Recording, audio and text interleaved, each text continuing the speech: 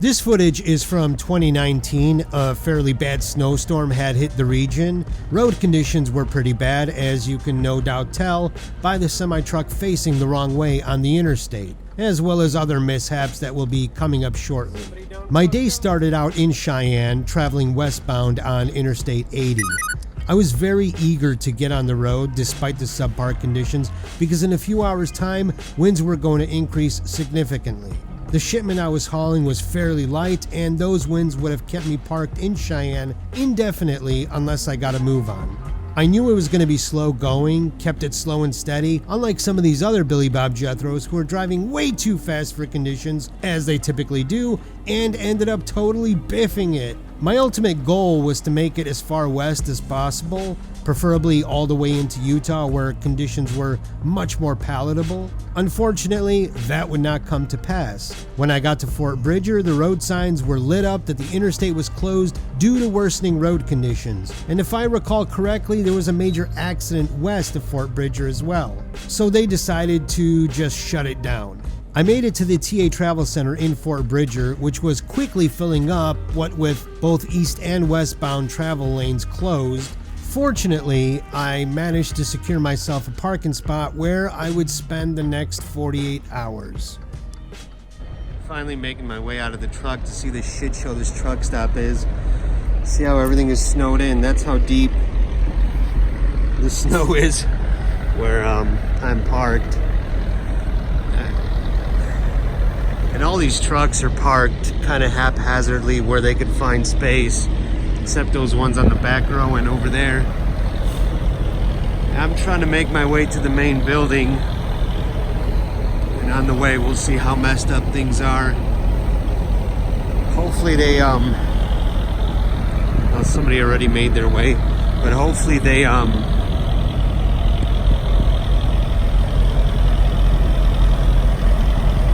start trying to get people out of here so they can start plowing this, because I don't think I could get through that.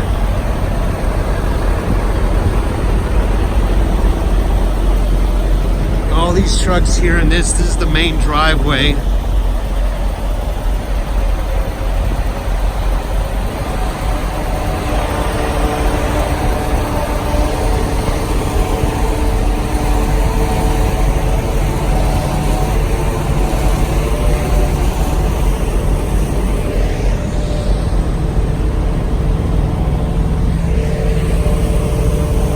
You can see how much snow fell, maybe about a foot. A lot of it is due to drifts though. Fortunately they at least plowed a little path and somebody walked one earlier over there.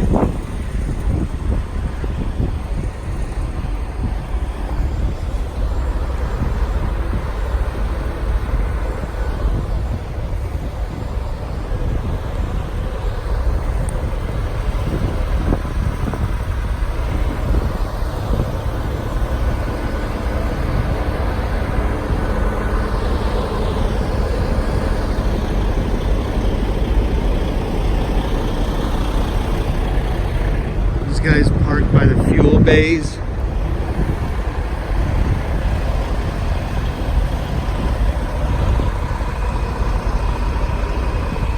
They're stacked like 3 or 4 deep. That's where the entrance is right there. Yeah, they're all just piled in wherever they could be. All these guys too in the fuel bays, all that. They just use that for parking. And now it's just a matter of people starting to move out where they can. It's not going to be easy through this thick of snow. And then for them to try even plowing some of it.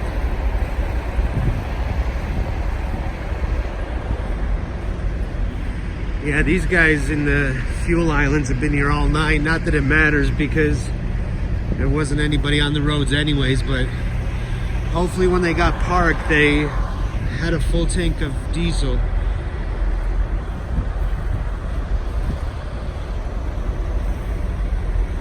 So I mean, the entrance to get in and out is pretty clear. But right now I have no way of even getting there. And the back way around too is crowded. And these snow drifts are pretty high.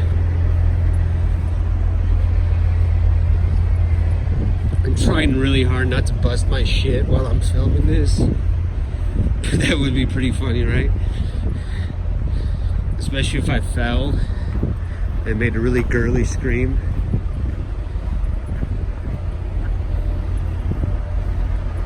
For most people that might be pretty embarrassing, but I don't really have any dignity, so I'd be alright with that. There's more trucks in the back over there. And there's no... Normally you could drive in the back of the truck stop and go park over there, but that way was blocked yesterday when I got here.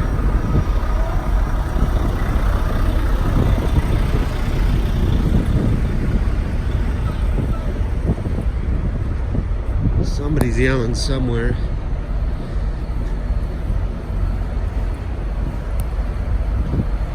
But I'm pretty much all the way to the building, so there's really not much more to see. See how high the snow is and the snow drifts. Pretty gnarly. Yeah, this guy's got his curtains up. He just said, fuck it, I'm parking in the fuel bay and going to sleep. But that's how it goes when everybody's forced off the roads, and there's far more trucks on the road than there is parking available. You could build 6 more truck stops in this vicinity and they'd still be all full. That's it. As I stated earlier, I ended up stranded at this TA travel center for approximately 48 hours. However, westbound Interstate 80 had opened up about 12 hours prior to that, but because the truck stop was so absolutely jam-packed like a can of sardines, I had no viable way of getting out, and simply had to just wait it out until enough trucks had left to clear a path for me. I imagine many other westbound travelers faced a similar dilemma. Eastbound Interstate 80 was still closed, and was still closed when I eventually managed to get out of there. Getting out of my spot turned out to be easier than I anticipated, and when I eventually made it into Utah, the roads cleared up nicely and it was smooth sailing from there all the way to California.